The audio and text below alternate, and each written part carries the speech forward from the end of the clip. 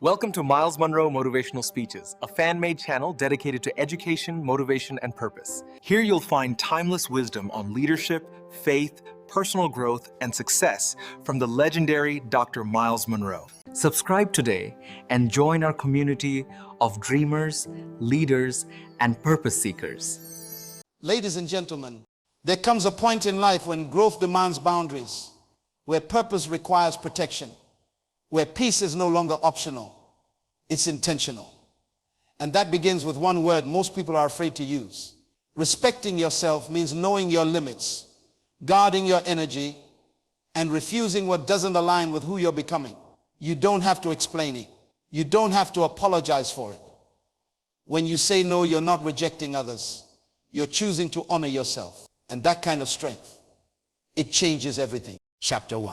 There is a sacred power in the word no, but very few ever learn to wield it. Most people are trained from childhood to please, to say yes, to avoid conflict, to blend in, to be liked. They are taught that being agreeable is noble, that being accommodating is kind, and that saying no is somehow rude, cold, or selfish. And so they grow into adults who are exhausted, scattered, burnt out, and resentful. Not because life is unfair, but because they have lost control of their own boundaries. They live responding to every demand, every invitation, every opinion, until they no longer recognize their own voice inside the noise. To respect yourself is not to become hard, harsh, or indifferent. It is to become clear about who you are, clear about what you carry, clear about where you're going. And when that clarity is in place, no stops being an offense. It becomes a gate, a guardrail, a declaration that your time, energy, and focus are not for sale. When you say no, you are not rejecting people. You are protecting purpose. You are not being disrespectful. You are being responsible with the assignment that's on your life. The truth is, you cannot build a strong life if you say yes to everything. You cannot honor your own values if you live to accommodate everyone else's emotions. You cannot focus if you allow access to anyone, anytime, without discernment. Your peace will always cost you popularity. But if you must choose between being liked and being whole, choose wholeness every time, because popularity fades. But peace stays, and you will never reach your calling if you're too busy trying to be convenient for everyone who doesn't carry the same vision. Respect yourself enough to say no is not just a catchy phrase. It is a lifestyle. It is the daily discipline of protecting your soul from the weight of unnecessary obligation. It's not just about declining toxic people. Sometimes you have to say no to good things so you can remain available for the best things. You have to say no to noise even when it's familiar. No to distractions even when they're dressed up as opportunity. No to guilt even when it sounds like kindness. No to pressure even when it looks like purpose. And yes, people will get uncomfortable. They will question your tone. They will mislabel your boundaries as ego. But hear this truth deeply. It is not your job to manage other people's misunderstanding. You were not called to keep everyone happy. You were called to walk in alignment. You cannot carry your cross and carry everyone's expectations at the same time. At some point, you have to decide whose voice matters more, the voice of your calling or the voice of their comfort. This is where maturity begins. Maturity is when you stop explaining your no to those who never respected your yes. When you stop bending to every request just to avoid disappointment. When you realize that peace is not found in overcommitment, it's found in obedience. You don't need to be everywhere. You don't need to do everything. You are not responsible for carrying everyone's urgency. You are responsible for being present where you are assigned, and that requires saying no to anything that doesn't belong in your lane. And sometimes, the hardest no is the one you say to yourself. No to your old habits. No to your comfort zones. No to the parts of you that crave validation through overextension. No to the emotional patterns that guilt you into exhaustion. Because if you don't say no to the inner noise, the outer world will always control your direction. You see, saying no is not rejection. It's refinement. It is how you make room for what matters most. Your yes gains power when your no is intentional. Because when you say yes to everyone, your yes loses value. But when your yes is backed by clear standards, it carries weight. It moves things. It builds trust. Because it means you are not speaking out of pressure, but out of purpose. This is the beginning of reclaiming your life. The moment you stop apologizing for your boundaries is the moment you start walking in strength. You begin to show up fully, not as a fractured version of yourself. Split between 1,000 obligations, but as a whole person, centered, focused, grounded, and clear. Your relationships change. Your energy returns. Your time becomes sacred again because you're no longer trading your peace for approval. And that is what it means to truly respect yourself. Not with loud declarations or aggressive postures, but with quiet, consistent discipline, with the courage to pause before committing, with the clarity to say no without guilt, with the confidence to trust that your worth is not tied to how much you do for others, but to how well you protect the space where your purpose lives. Chapter 2. You don't struggle to say no because you don't know how. You struggle because something inside you is afraid of what happens after. After you say no, will they still respect you? Will they still invite you? Will they think you've changed? Will they walk away? This fear is not rooted in your logic. It's tied to your emotional memory. Somewhere along the line, you learned that saying no meant disconnection, that boundaries led to rejection, that people only stayed if you kept giving. And so over time, your survival system taught you to sacrifice peace for the illusion of connection. This is not weakness. It is wiring. You were shaped by environments that rewarded compliance and punished resistance. Maybe you grew up in a family where your opinions were dismissed. Maybe you had friends who stopped showing up the moment you disagreed. Maybe you lived through relationships that only lasted as long as you overextended. And those moments didn't just leave scars. They left scripts. Scripts that now run in your subconscious and whisper, it's safer to say yes. It's easier to avoid the tension. Don't make things awkward. Keep the peace. But what good is peace if it always comes at your expense? This is where you must confront the addiction to approval. Because it's not just about people pleasing. It's about identity. When you don't know who you are without other people's validation, their comfort becomes your prison. You start measuring your worth by how agreeable you can be, how available, how self-sacrificing. But at some point, you have to ask, what am I losing just to avoid being misunderstood? When you say yes out of fear, it's not love, it's survival. And no relationship built on survival can give you the freedom you were born for. The truth is, people who truly love you will learn to accept your no. They may be surprised at first. They may question it. But the ones who care for your soul more than their own convenience will not walk away when you start honoring your limits. If someone leaves because you honored your boundary, they were not connected to your heart. They were connected to your availability. You also have to face the guilt. The voice that says you're being selfish, that you're not being a good friend, partner, child, or team player. Guilt is the weapon that keeps people trapped in cycles of exhaustion. It doesn't always come from others. It often comes from within. But here's the truth. Guilt is not always a sign that you're wrong. Sometimes it's just evidence that you're doing something unfamiliar, something healthy, something that breaks the cycle. You've spent so long saying yes that your soul is detoxing every time you finally say no. Learn this truth deeply. Self-respect and selfishness are not the same. Selfishness is when you prioritize yourself at the expense of others. Self-respect is when you protect your capacity so you can serve others with authenticity and strength. If you keep giving from an empty cup, you're not helping anyone. You're training them to expect something you can't sustain. And over time, resentment will grow. Not because you don't love them, but because you stopped loving yourself enough to be honest. You are allowed to pause. You are allowed to take space. You are allowed to say, I can't do that right now. You don't owe anyone your emotional depletion. You don't owe them your mental breakdown. You don't owe them an explanation that satisfies their expectations. Your no is holy. It is sacred. And it's often the first sign that you're healing.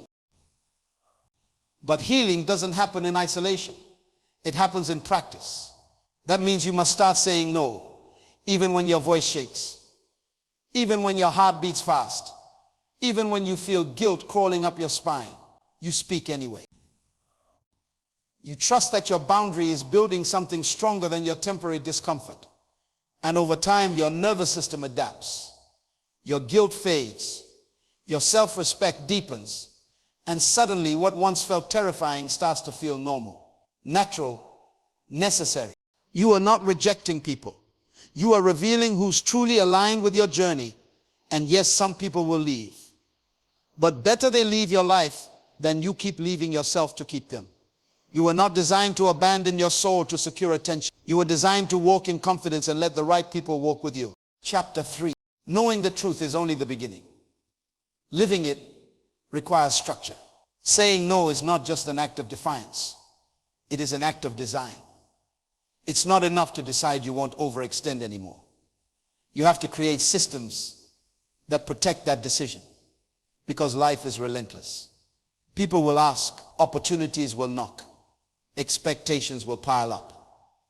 And unless you build a framework around your boundaries, you will find yourself slipping back into old habits, saying yes when you meant no, smiling when you're overwhelmed, and apologizing for doing what's necessary for your peace. The first structure is clarity. You must know what you value before you can defend it. Most people say yes because they haven't defined what their no is protecting. They don't have a clear understanding of what matters most. So when pressure comes, they fold. But when you know what your time is worth, you no longer trade it cheaply. When you know what your energy produces, you no longer give it to distractions. When your priorities are clear, your no becomes clean. It doesn't need explanation. It doesn't carry guilt. It stands with quiet confidence because it's anchored in conviction. Start by defining your non-negotiables. What are the things that must be protected in your daily life? Your morning focus, your family time, your creative energy, your rest. These are not selfish walls.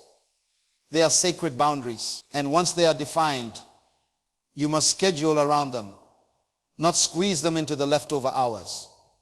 Build your life with your no at the center, not as an afterthought. Because the more organized your boundaries are, the less emotional energy you spend defending them. Next comes communication. A strong no doesn't need to be harsh, but it must be honest.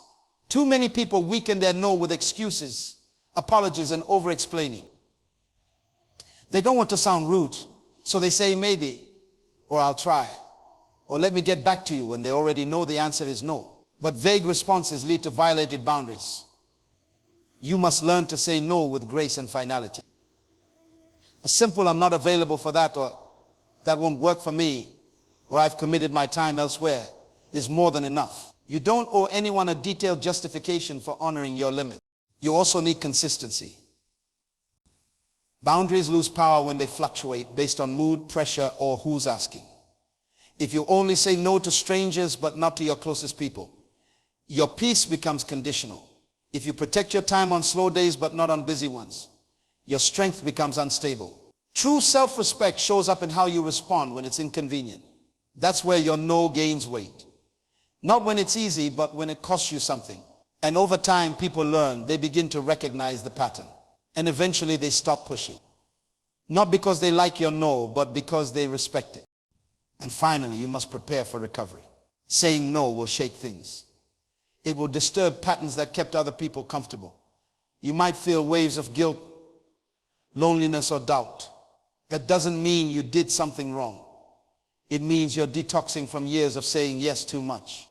So when the discomfort comes, don't run from it. Sit with it. Name it. Let it pass. Because on the other side of that temporary tension is long-term peace. You are retraining your nervous system to stand still in strength. You are rewiring your mind to associate boundaries with freedom, not fear. This is not just time management. This is soul management. When you say no to what's not aligned, you are saying yes to focus, yes to health, yes to legacy, yes to integrity. You are clearing space for the version of you that's been buried under obligation and noise. And the more consistently you practice this discipline, the stronger your yes becomes. Because now when you say yes, you mean it. You're not saying it out of guilt, pressure, or performance. You're saying it with intention, with clarity, with joy.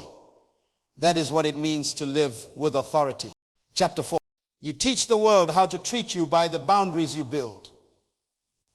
Every time you say yes when you mean no, you're not just betraying your peace. You're shaping your identity around someone else's expectation. And over time, you begin to shrink. You begin to doubt your instincts. You become someone who's present in every room, but absent in your own soul. But when you start saying no with confidence, something shifts. People begin to see you differently. Not as difficult, not as distant, but as someone who walks in definition. You become the kind of person who doesn't need to prove their value by how much they sacrifice.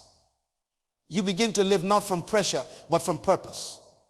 You are no longer waiting to be chosen. You're already established. Your no doesn't push people away. It filters the wrong ones out. It reveals who was only there for what you could give, not who you truly are. That's not loss. That's clarity. Because as you grow, access to you must become more expensive. Not because you're arrogant, but because you've learned that your energy is an investment, not a free giveaway. Boundaries are not walls. They're mirrors. They don't just protect you, they reflect you. Every time you say, I don't do that anymore, or I don't accept that kind of treatment, or I don't entertain that kind of conversation, you're not just pushing something out, you're pulling something deeper in. You're affirming your standards, you're validating your growth, you're reinforcing your alignment. And that level of identity doesn't need explanation. It simply shows up and speaks for itself. This is how authority is built. Quietly, repeatedly, through the discipline of alignment. Because when your yes and no start matching your values, you no longer feel fragmented. You become whole, focused, grounded. And people start noticing. They speak to you differently. They approach you differently. Not because you demanded respect, but because you respected yourself long enough that disrespect no longer feels familiar. And that's where the real transformation happens. When your environment starts adjusting to your standards, not the other way around. When you no longer bend to keep peace, you walk in it. When you no longer fear losing people, you focus on not losing yourself. That is where your no becomes more than just a word. It becomes a way of life. It becomes the proof that you're no longer living for approval. That you're no longer scared to stand alone. That you're willing to walk away from any room, conversation or connection that doesn't reflect where you're headed. Not with bitterness, not with anger, but with peace, with maturity, with the quiet strength of someone who knows that what they carry is too valuable to be left unprotected. Because here's the truth. The world will only rise to meet the standard you enforce. If you continue saying yes out of guilt, others will expect you to carry what isn't yours. If you give without boundaries, they will take without limit. If you answer every call, you will be called upon constantly, even when your soul is tired. But when you begin to protect your time, your focus, your peace, people begin to meet you differently. Not always happily, but respectfully. This is the kind of identity that doesn't shake when others are disappointed. That doesn't panic when misunderstood. That doesn't collapse under pressure. Because it's built on internal strength, not external approval. It's shaped in the moments when you chose yourself, not in selfishness, but in sacred discipline. And that discipline becomes your default. You no longer overthink your boundaries. You no longer second guess your standards. You speak them, you live them, and eventually they become your reputation. People will say you can't push them. You can't manipulate them. You can't guilt them into rushing, bending, or breaking. That's not resistance. That's respect. And that respect didn't come from demanding anything. It came from choosing clarity over convenience over and over again. Chapter 5. The moment you realize that no is not a rejection but a revelation, you begin to walk in freedom. You begin to breathe differently. You begin to sleep at night with less tension because your soul is no longer negotiating with exhaustion. You are no longer editing yourself to fit inside relationships that cannot hold your truth. You are done shrinking, done silencing, done explaining. This is the power of self-respect. And it begins with boundaries spoken without apology. You see, respect is not something you chase. It's something you embody. And when you embody it, the rooms you enter adjust themselves accordingly. You are no longer the person who compromises to avoid discomfort. You are the one who sets the temperature by your very presence. That presence is not loud, it's not aggressive. It's clear. It's intentional. It's rooted in peace, and people can feel it. Because the energy of someone who respects themselves is unmistakable. It doesn't beg. It doesn't chase. It simply exists in alignment. That alignment becomes your compass. You no longer second guess your no because you've seen what saying yes out of guilt can cost. You've learned the hard way that pleasing others at the expense of yourself is not kindness. It's self-abandonment. And the pain of that sacrifice stays with you long after the moment has passed. That's why now your no is no longer emotional. It's strategic. It's not harsh. It's honest. And in that honesty, you reclaim time, peace, and power. When you walk in this kind of clarity, your life starts shifting in quiet ways. You begin to attract people who are drawn not to what you can give, but to who you are. You start creating space for friendships, work, and love that respect your pace. You no longer overextend to prove worth.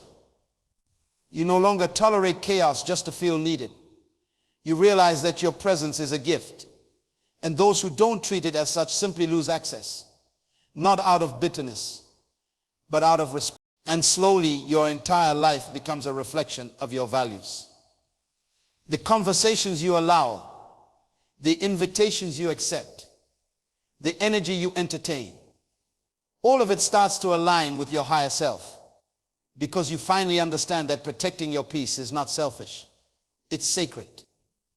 Your calendar, your time, your energy, they become protected spaces. Not to shut the world out, but to make sure that what comes in true deserves a place. You start to see that saying no isn't always about others.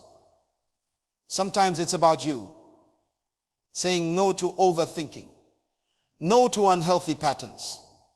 No to the inner critic that whispers, you're not enough, because even internally, boundaries matter. You must respect your own mind enough to not let it spiral into places that steal your strength. You must speak to yourself with the same boldness you use to speak to the world. This internal alignment is where true transformation happens. And when it does, something beautiful unfolds. You become the version of you that no longer performs to be loved. You no longer hustle for worthiness.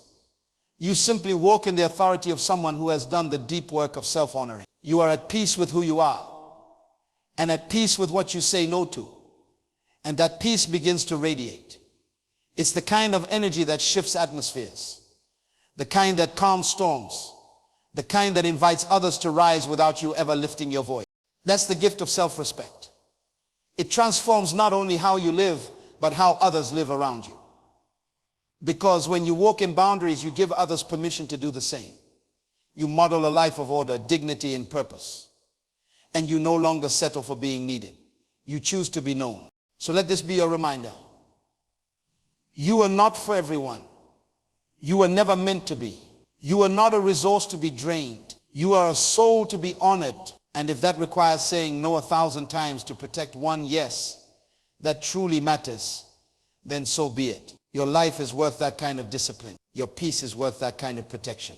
And your purpose is worth that kind of commitment. Let the world adjust to your strength. Let your no be firm, your yes be pure, and your peace be non-negotiable. This is what it means to respect yourself enough to say no, not once, but always.